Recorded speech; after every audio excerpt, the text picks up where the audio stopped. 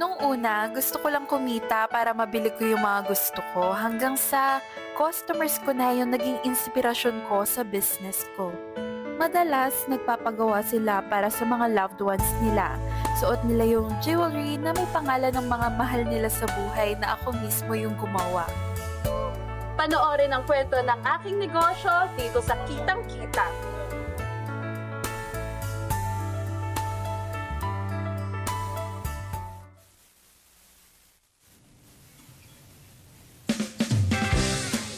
I am Lois of Love Lois and I make jewelry that makes people feel loved.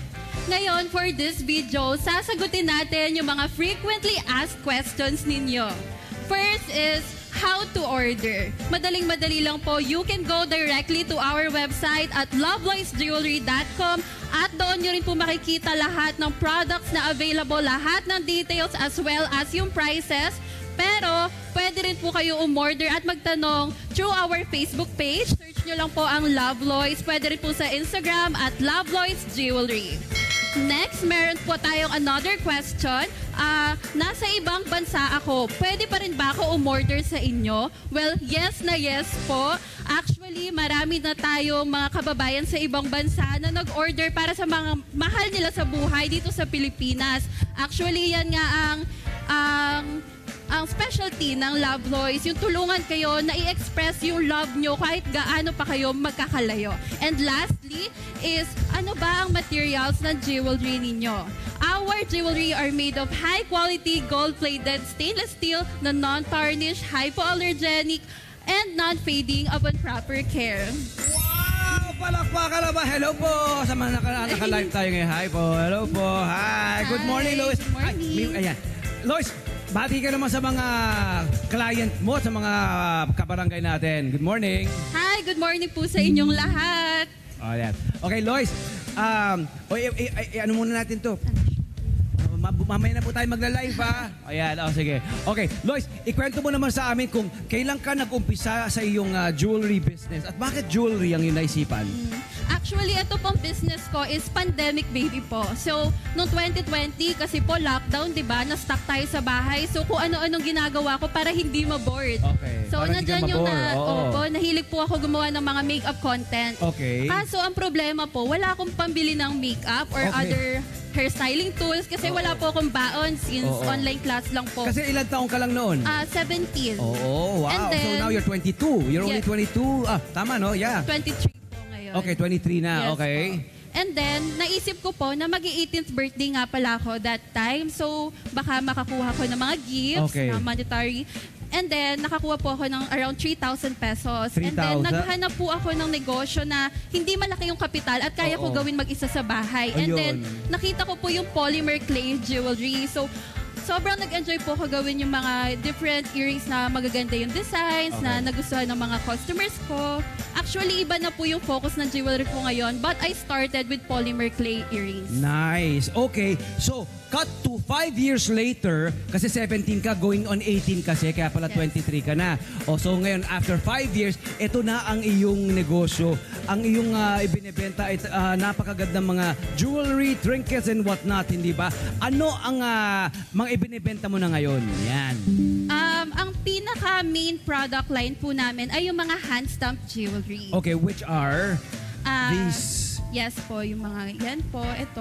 When you say hand stuff, ito yung mga, syempre, yung mga accessories ng para sa kamay, Yes sa po, customized sa po arms. siya. Okay. Can you show me? Anong tawag dyan? Ano yan? Yan. This is our mini heart hand stamp bracelet. So marami Okay. po kaming different pendants, different chain designs. Okay. Iba-iba rin po yung length. So talagang customizable po. Depende sa kung ano gusto mo ipalagay na letters, numbers, symbols. Halimbawa, couple kayo, pwede kayo magpagawa, kung couple kayo. Yes po. Okay. Ito naman, ito mga to? Ito. Nagsasell din po ako ng mga pang mga fashion naman kasi ito po more on for meaningful jewelry eh. Okay, can we lift it? Yes. Pakita natin. Yun, medyo sunog. Sadali. Sunog to, sunog. Ipakita natin, iangat na lang natin kasi puting-puti. Yan. Yun, Ang ganda nga naman, Okay, anong pinakamabenta At saka sino ang malimit bumili? Mga babae ba? Mga dalaga? Mga nanay? Ang talagang bestseller po namin ay yung mga hand-stamped jewelry. Kasi parang yun yung ginagawa pong way ng mga customers ko na mapadama nila yung love nila sa mga mahal nila sa buhay. Oo. Or kaya kung gusto nilang i-treat yung sarili Ah, nila. so hand stamp. Yes, Hand stamp. Okay. I stand corrected. Hand stamp. Pwede ba yun? Hand stamp. Okay. So ito yung mga ito. Ito yun. Tapos niyan, syempre paano yung mga kalalakihan at mga kabataan? Pwede rin. Yes po, meron din po kami mga panlalaki. Okay, ito, punta naman tayo dito. Dumako tayo rito. Pakita naman natin ito. Dito tayo. Ano itong nakikita natin ngayon? Ito. Ito po yung isa sa mga bestseller po namin na hand-stamped necklace kasi meron po siyang kasamang birdstone. Oh. And then ito pong pendant niya, maliit lang po. So gusto ng mga tao minsan, di ba, yung minimalist lang, yung Yes. bagay sa kahit anong Oh, outfit. oh. Pero inside that pendant is something meaningful. Pwedeng call sign nila ng kakouple niya or someone's special's name. Ito, yung pinapakita mo. Yes Yan. po. Yan, pwede natin iangat. You can lift it if you like. Okay. Yan. Para, yun, ang ganda nga naman, ano. Ayan. I-sample nga natin kay Mami. I-sample mo nga pwede natin sample kay Mami. Ito. Kay Ate Bel. Yan, Ayan, kung halimbawa si Ate Bel ay bibili nito, magkano ito? Magkano yan? Yung mga hand-stamped jewelry po namin is nag-range from 849 to 1,199 pesos. Oh, very affordable. And these are gold siya, how do you call it? Gold-plated siya. stainless steel. Okay, gold-plated So, stainless non-fading po steel. siya, non-tarnish and hypoallergenic. Okay. Paano inaaral ang hand-stamped jewelry? Inaral ko lang po talaga siya through the help of the internet. Oo naman. Going online lang talaga, no? Okay. Meron ka ba unforgettable na story sa mga nagpagawa sa iyo? Actually, sobrang dami po. Nandyan po yung mga OFW natin na matagal nang hindi nakauwi sa Pilipinas. Oo nga, Pero isa nagpapagawa sa sila, no? hindi ko rin Nagpapagawa nakalimutan. sila, Yes oo. po. Hindi ko po makalimutan na story is yung isang video ko po sa isang social media app na nakagarner ng 10 million views. Wow. Anong pinakita mo ron? Yung isang babae po kasi, nagpagawa siya ng hand-stamped necklace para sa best friend niya who is suffering from this condition called lupus. Okay, may lupus nakita siya. niya po Okay. lahat ng pinagdaanan ng best friend niya kung Yes. gaano Lupus kasi is very serious. Yes So, po. nagmamarka yun dito sa mukha at it's an autoimmune disease. Yes po. Oo. So nakita niya po lahat ng hirap, yung encounter with the rude doctor. So, nagpagawa siya. Yes, and nagpalagay po siya ng something na alam niya magbibigay ng motivation sa best friend niya na kasama mo ko, na kaya mong labanan tong battle na to. Ang laki nga naman kasi na naibibigay na tuwa, di ba, ng accessories, ng jewelry. Saka nakakakumpleto sa look mo, hindi ba? Yes, Oo. So, I would think, galing sa pagme-makeup, naisip po, jewelry is, bakit yung transition from makeup to jewelry, ganun-ganun na lamang. Mas accessible, di ba? Mas readily kitang-kita mo. And it lasts than makeup, di ba? Yes, saka mahilig po kasi ako yung may mga jewelry, mga outfit, ganyan. Oo. Would you recommend na pati ang kalalakihan, mga kabataan meron din? Oo naman Oo, po. investment din, ano? Opo. Okay. Mari ba magpaturo sa'yo kung paano gawa? Sure Sino po, magpwede? Ayan, si Ate Rox. Para nga naman meron tayong So, negosyo simulan ko idea po para sa muna. mga nanay, sa mga nanonood, sa mga tatay. Ayan. Okay, go for it, Bali, ano Lois. pong gusto niyong ipastamp? Anong gusto mo mangyari sa buhay, Ate Rox? Love. Okay, love. Okay. Simulan ko po muna. Ano raw para gusto niyang gawin? kayo na lang Anong po gusto mong gawin, Rox? Love. Okay. Yung gusto mo ng bracelet ba to o quintas? Necklace to? Necklace ba to? Necklace. Oh, sige. Necklace to. So marami na merong tayong stamp pendants na love. dito. Okay. Gamitin na lang natin ay itong 10mm disc namin. Okay. So, pakita natin ano yung mga material na ginagamit yung mga gamit. Ano itong nakikita natin na ito? Yan. First ay yung mga blank pendants. And then next po ay itong mga metal stamps natin. So, Let's show the blank pendants. Ito mga blank pendants na ito, where do you get this? Ikaw din ba gumagawa nito from Ano po, scratch? sinusource Ipakita ko lang natin po. sa camera. Yan. Ayan, pakibuton natin. Ayan. Okay. Yan ang mga blank na that you can... anyone can buy it, diba? Online, Yes pwede po. rin, Pwede rin magpa-customize sa mga pinagbibilhan mo, ng mga shapes nito. Pwede, no? As of now, hindi pa po. Parang, Oh. ano yun. Ito naman, ano to? Ito nakikita natin to sa ito mga po, jewelry stores eh. Metal stamps po. Ito po yung ginagamit Metal ko para stamps. malagyan ng engraving yung pendant. Okay. So meron po yung numbers, symbols, letters. Okay. Kung baga halimbawa sa stamp pad, di ba may letters, may numbers, Yes. may symbols, may star, may rainbow. Ito yung para sa alahas. Okay, so ito na, yan yung ating metal na plate. Okay. Okay, first po, gagamit tayo ng masking tape Masking tape. para po meron tayong guide at Okay. ma-sure po natin na pantay yung pagkakastamp natin. Okay. Okay, lagay ko lang po.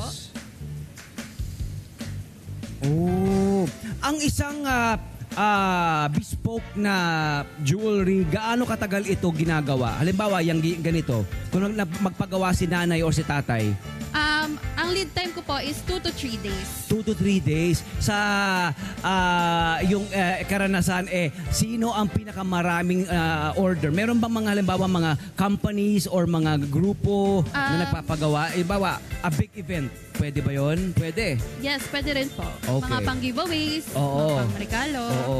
Ngayon naman po, lalagyan po natin ng marka. So since love po yung gusto ipastamp ni ma'am, magme-measure po tayo dito ng 4 na linya. Sana rocks na lang.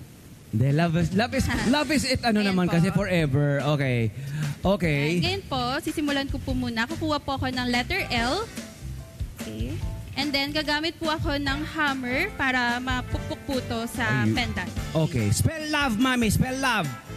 L-O-V-E. Oh, isa.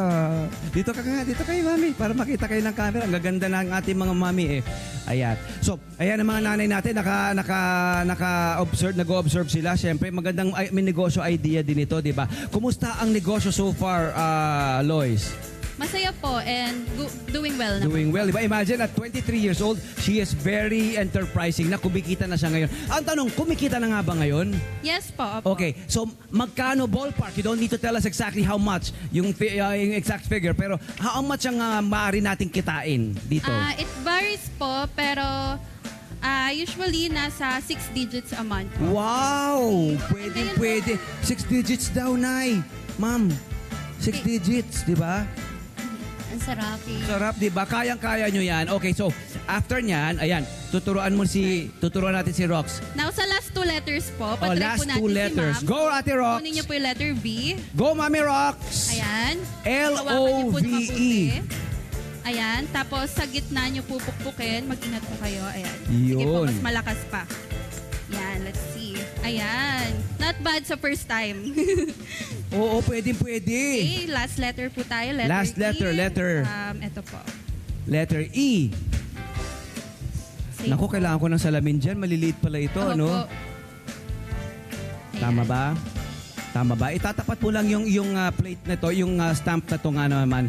Parang yung stamp pad, di ba? Yung stamp pad, meron kang may ink. Kung may ink yan, di ba? Yun ang same principle. Ito talaga, pinupukpok mo siya sa metal. Yes po. Para nga naman dumiin yung letter or your number or any symbol. Marirecommend mo ba ito sa mga kabataang gusto rin magsimula ng jewelry business?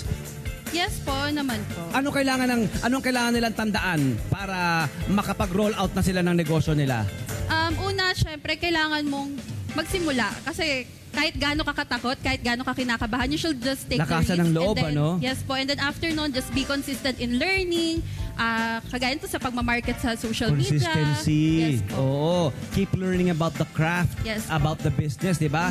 So, patuloy ka nag-research. I'm sure dami mong pinagkukunan ng resources para mas Yes po. ma-improve yung negosyo mo sa kay paggawa, ano? Yes po. So, ito Unending gawa na. learning. Yes. Next po, lalagyan na po natin ng chain. Okay, chain. Let's say, ito po yung chain na lalagyan natin. Yan. Okay, so, Wow, Ate Rox, so meron kang sariling kuha tayo ng jump ring. Wow! Sabi ni Ate Marlene sa kanya Ate Bel, paano kami? And then, nilalagay ko lang po to dito sa pendant. Since i-attach na po natin to dito sa dancing chain. Okay. But we have many different chain designs available and customizable din po yung length. Yun, Okay, okay. kakabit na po. Sa ngayon, ano na ang naitulong sa'yo ng iyong negosyo? Balita ko, may mga naipundar ka na. Yes po. I think ang pinaka-favorite ko po is Noong August po, nagkaroon na po ako ng office. Yay! At I'm sure marami ka na may mga staff ka na, may employees As na. of now, ako pa lang po. Pero Go I for it. consider it Kaya-kaya as a yan. big achievement. Kasi Oo. for the past almost 5 years, sa kwarto lang po ako gumagawa Yun, talaga. yun, So, eto na po. Yan, aba, meron ka ng sariling customized na necklace at pwede mo nang maging negosyo. Wow, thank you. Thank you. Ayan, sabi ni Ate Marlene sa Ate Bel, paano kami? Ayan, mamaya si Ate Lois bahala sa'yo. Ano ang fulfilling na bahagi ng negosyong ito? Actually, nung una po, hindi talaga malaki yung purpose ko sa negosyo kasi gusto ko lang ng pambili ng makeup, di ba? Pero nung nagtagal, nakita ko na kung what Love Lois is for. Oo. Ayun nga, yung para matulungan ko yung mga tao to express their love sa mga mahal nila sa buhay kahit Oo gaano naman. sila kalayo. Oo naman. It's ang ganda niyang expression, di ba? Of love, of your appreciation, di ba? Maganda siyang gift or token, hindi ba? Okay. Maraming salamat, Lois. Congratulations sa iyo and more success. Huwag mo kami kalimutan kapag ikaw ay internationally renowned jewelry designer. Nakikita na natin sa mga magazine at sa... That's the plan. Yun ang plan? Very good. Go for it. Di ba? Proudly Filipina yan, di ba? At syempre, Someday. naman malapit na mangyari. At syempre, you have seen her dito lamang sa Net25 sa show natin. Hello po mga ka-Net25!